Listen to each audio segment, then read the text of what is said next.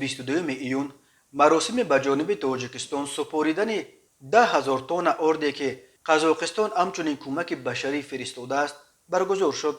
سفارت قزاقستان در دوشنبه خبر داد که تفاوض درباره رسانیدن یاری بشری به تاجیکستان برای مبارزه با عاقبت‌های کرونا ویروس در جریان سفر رئیس جمهور قزاقستان قاسم جمعت توقایف به دوشنبه که روزهای 19 و 20 مای صورت گرفت حاصل شده بود. ارزش کمک ارائه شده 1 میلیارد و 285 میلیون تنگه قزاقی یا نزدیک 13 میلیون دلار را تشکیل می‌دهد.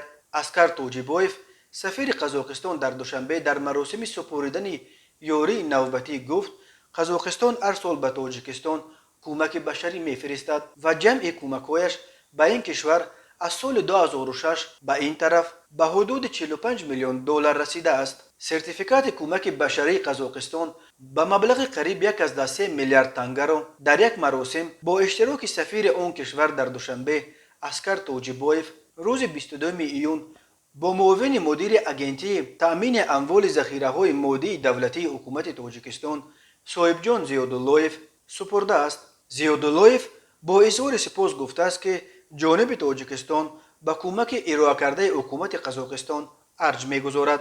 این کمک در حالی رسید که نرخ یک خلطه ارد در بازارهای تاجیکستان از مرز 250 سومانی گذشته است و برای بسیاری از خانواده‌ها خریدن ارد و نان مشکل شده است.